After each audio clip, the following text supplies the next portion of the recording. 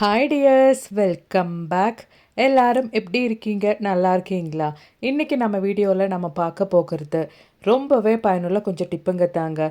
இந்த ஒரு இலை நம்ம கையில் இருந்தால் போதும், நம்ம வீட்டிலும் நம்ம வீட்டுக்கு சுற்றிலும் ரொம்பவே தொல்லையான பல்லி, கரப்பான், எலி, பெருச்சாழி, அது மட்டும் இல்லைங்க, பாம்பு, இதுங்களோட தொல்லையெல்லாம் இல்லாமல் பண்ணுறதுக்கு ரொம்பவே யூஸ்ஃபுல்லாக இருக்கும். எல்லோருமே வீடியோ ஒன்று ஃபுல்லாக ஸ்கிப் பண்ணாமல் பாருங்கள். வீடியோ பிடிச்சிருந்தா மறக்காம ஒன்று லைக் பண்ணுங்கள். அப்போ நமக்கு டைம் வேஸ்ட் பண்ணாமல் நேராக வீடியோக்குள்ளே போயிடலாம்.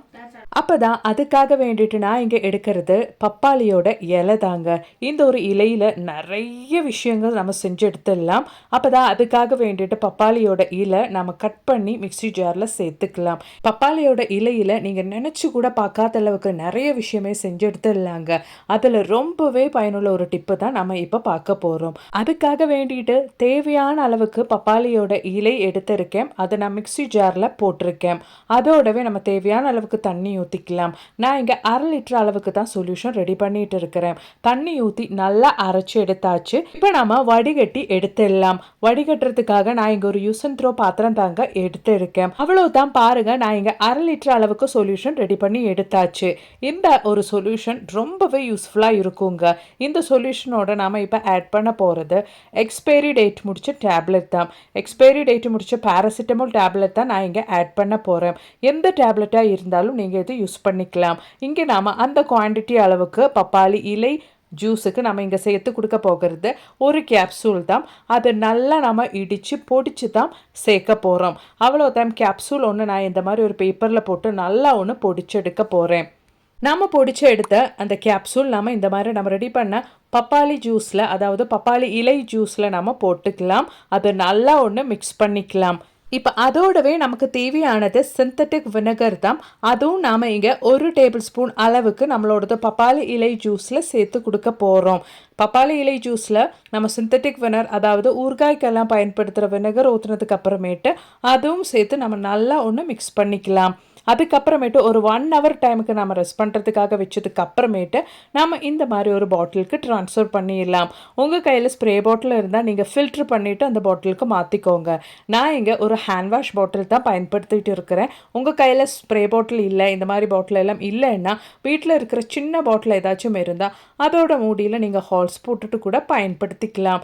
அவ்வளோதான். பாருங்கள், நம்மளோடது ரொம்பவே அருமையான ரிசல்ட் கிடைக்கக்கூடிய ஒரு சொல்யூஷன் இங்கே ரெடி ஆயிருச்சு. இப்போ ஃபேஸ்புக்லையும் இன்ஸ்டாகிராம்லையும் அது மாதிரி ரொம்பவே வைரலாயிட்டு இருக்கிற ஒரு அருமையான சொல்யூஷன் தாங்க இது. நிறைய கமெண்ட்டும் வருது, நல்லாவே ரிசல்ட் கிடைக்குது அப்படின்ட்டு. இந்த ஒரு சொல்யூஷன் நீங்கள் ரெடி பண்ணி வச்சுட்டீங்கன்னா மாத கணக்கானாலும் உங்களுக்கு கெட்டும் போகாதுங்க. அவ்வளோதான். நம்மளோடது சொல்யூஷன் இங்கே ரெடி ஆயிருச்சு. பப்பாளி இலை சொல்யூஷன் இங்கே ரெடி ஆயிருச்சு. கடையிலேருந்து கண்ட கெமிக்கல்ஸ் எல்லாம் வாங்குறதுக்கு பதிலாக நம்ம வீட்டிலே இந்த மாதிரி ரெடி பண்ணிக்கலாங்க. இப்போ நம்ம சொல்யூஷன் எப்படி பயன்படுத்த போகிறோம் அப்படின்றது பார்த்துடலாம்.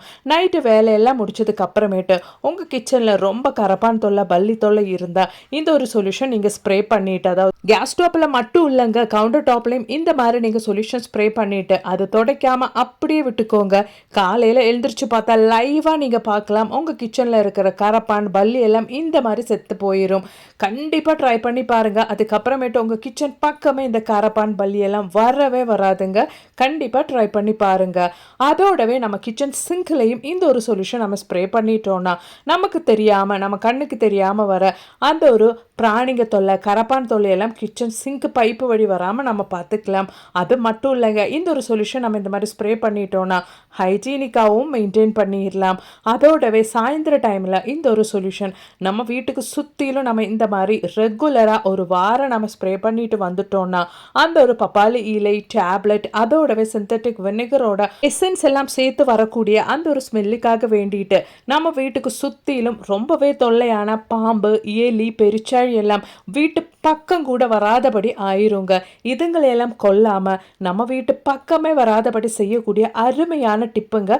கண்டிப்பாக ட்ரை பண்ணுங்க. பிடிச்சிருந்தா மறக்காமல் உங்கள் ஃப்ரெண்ட்ஸ் அண்ட் ஃபேமிலி கூட ஷேர் பண்ணி சப்போர்ட் பண்ணுங்க.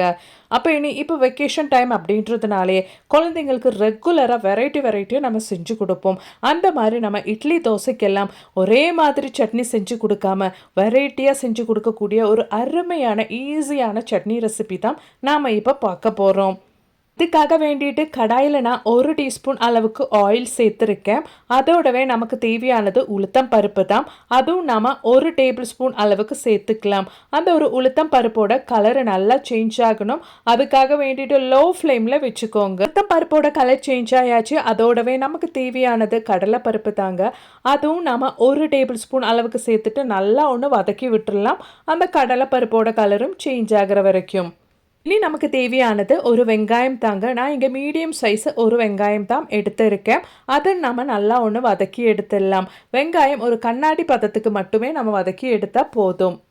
இவ்வளோதான் பாருங்கள், வெங்காயம் ஒரு கண்ணாடி பதத்துக்கு நம்ம வதக்கி எடுத்தாச்சு. அதோடவே நம்ம இப்போ சேர்த்து கொடுக்க போகிறது 2 பல் அளவுக்கு பூண்டு, ஒரு சின்ன சைஸ் அளவுக்கு இஞ்சி, அதுவும் சேர்த்து நம்ம நல்லா ஒன்று வதக்கிக்கலாம். இப்போ நாம் இந்த ஸ்டேஜில் காரத்துக்கு தேவையான பச்சை மிளகாய் சேர்த்துடலாம். நான் இங்கே 4 பச்சை மிளகாய் சேர்த்துருக்கேன். உங்களுக்கு எவ்வளோ தேவையோ அதை நீங்கள் இந்த டைமில் சேர்த்துக்கலாம். நீங்கள் பச்சை மிளகாய் சேர்க்கும் போது உங்கள் கையில் பழுத்த பச்சை மிளகாய் ஒன்று இருந்தால் அது கூட சேர்த்துக்கோங்க. டேஸ்ட் வேறு மாதிரி இருக்கும். அவ்வளோதான். இதுக்கு மேலே நாம் ஒரு கைப்பிடி அளவுக்கு மல்லி இலை நல்லா கழுவிட்டு அது கூட சேர்த்துக்கலாம். மல்லி இலை போட்டதுக்கு அப்புறமேட்டு நல்லா ஒன்று வதக்கி எடுத்துக்கலாம். அவ்வளோதான். இந்த டைம்லேயே நம்ம ஃப்ளேமும் ஆஃப் பண்ணிக்கலாம். ஃப்ளேம் ஆஃப் பண்ணதுக்கு அப்புறமேட்டு ஒரு 2-3 கருவேப்பிலை வாஷ் பண்ணிவிட்டு அது கூட நம்ம சேர்த்துக்கலாங்க. அவ்வளோதான். நம்மளோட சட்னிக்கு தேவையான இன்க்ரீடியன்ட்ஸ் எல்லாம் நம்ம வதக்கி எடுத்தாச்சு. ஒரு துண்டு கூட தேங்காய் சேர்க்காம ரொம்பவே ஹெல்த்தியான நல்ல டேஸ்டியான திக்கான சட்னி தான் நம்ம இங்கே ரெடி பண்ண போகிறோம். அவ்வளோதான். நம்மளோட இன்க்ரீடியன்ட்ஸ் எல்லாம் வதக்கி எடுத்தாச்சு. இப்போ நம்மளோட இன்க்ரீடியன்ட்ஸ் எல்லாம் லேசான அந்த ஒரு சூடோடவே மிக்ஸி ஜாருக்கு மாற்றிடலாம். நீங்கள் சட்னிக்கு எப்போவுமே அரைக்கும் போது நல்ல சூடான தண்ணியில் சட்னி அரைச்சி எடுத்துட்டிங்கன்னா சட்னிக்கு எப்போவுமே ஒரு வித்தியாசமான டேஸ்ட் இருக்கும். ட்ரை பண்ணி பாருங்க. அதோடவே நம்மளோட சட்னி நல்லா திக்கா ஆகிறதுக்காக வேண்டிட்டு நாம இப்போ பொட்டுக்கடலை சேர்த்துக்கலாம். நான் இங்க இந்த ஒரு கரண்டியில் 2 கரண்டி அளவுக்கு பொட்டுக்கடலை தாங்க சேர்த்துருக்கேன். அது முழுசா இருக்கிற பொட்டுக்கடலை தான் சேர்த்துருக்கேன். இந்த டைம்லயே நான் தேவையான அளவுக்கு உப்பும் சேர்த்தாச்சுங்க. இப்போ நல்லா சூடான தண்ணி ஊற்றிட்டு நல்லா கெட்டியாகவே நம்மளோட சட்னி நாம அரைச்சி எடுத்துடலாம். அவ்வளோதான் பாருங்க, நம்மளோட சட்னி இங்கே ரெடி ஆயிருச்சு. அதுவும் நல்லா திக்கான சட்னி ரெடி ஆயிருச்சு. இந்த சட்னி நம்ம வீட்டில் 7-8 பேர் தாராளமாகவே சாப்பிட்றலாங்க. அவ்வளோதான். மிக்ஸி ஜாரில் தண்ணி ஊற்றிட்டு அதுவும் நம்ம சேர்த்தாச்சு. இப்போ நமக்கு நம்மளோட சட்னிக்கு தேவையான தாளிப்பும் பார்த்துடலாம். நான் இங்கே எண்ணெய் ஊற்றி கடுகு போட்டு அதோடவே கருவேப்பிலை காஞ்ச மிளகாய் போட்டு தாங்க தாளித்து எடுத்திருக்கேன். அவ்வளோதான். நம்மளோட சட்னிக்கு தேவையான தாளிப்பும் ஊற்றியாச்சு. ரொம்பவே டேஸ்டியான சட்னி ரெடி ஆயிருச்சுங்க. காலையில் நல்ல டேஸ்டியான கிறிஸ்பியான தோசைக்கும் இட்லிக்கும் இது மட்டுமே போதும். ட்ரை பண்ணி பாருங்கள். அப்போ இனி நமக்கு நம்மளோட அடுத்த டிப் ஒன்று பார்த்துடலாங்க. இப்போ கிளைமேட் எல்லாம் மாறி மாறி வருது இல்லைங்களா, அதனாலே ரொம்பவே கொசு தொல்லை இருக்குது நம்ம வீட்டில் எல்லாம். அந்த மாதிரி கொசு எல்லாம் கடிச்சதுக்கு அப்புறமேட்டு ஒரு மாதிரி தடிப்பாக ரப்சர் ஆகிற மாதிரி இருக்கும். ரொம்ப பேருக்கு ரொம்பவே அலர்ஜி ஆகிற மாதிரி இருக்கும். அந்த மாதிரி இருக்கிற பட்சத்தில் ஒரு சின்ன துண்டு பப்பாளி இலை எடுத்து அந்த மாதிரி அலர்ஜி கொசு தொல்லையினால் வர அலர்ஜி தடிப்புக்கு மேலே இந்த மாதிரி ஒன்று நீங்கள் தேய்ச்சி விட்டால் போதுங்க. அந்த அலர்ஜி தடிப்பெல்லாம் ரொம்பவே ஈஸியாக காணாமல் போயிடும். ரொம்ப யூஸ்ஃபுல்லான பாட்டி சொன்ன ஒரு அருமையான டிப்புங்க இது. கண்டிப்பாக ட்ரை பண்ணி பாருங்க. இன்னைக்கு நம்ம வீடியோவில் ஆட் பண்ண எல்லா டிப்ஸும் உங்களுக்கு மிகவும் பயனுள்ளதாக இருந்திருக்கும்னு நான் நினைக்கிறேன். வீடியோ பிடிச்சிருந்தா லைக் பண்ணுங்க. அதோடவே உங்கள் ஃப்ரெண்ட்ஸ் அண்ட் ஃபேமிலி கூட ஷேர் பண்ணி சப்போர்ட் பண்ணுங்க. அது மட்டும் இல்லைங்க, நிறைய வீடியோஸ் நான் என் சேனலில் ஆட் பண்ணியிருக்கேன். அது கூட கொஞ்சம் செக் பண்ணி பாருங்க. தேங்க்ஸ் ஃபார் வாட்சிங்.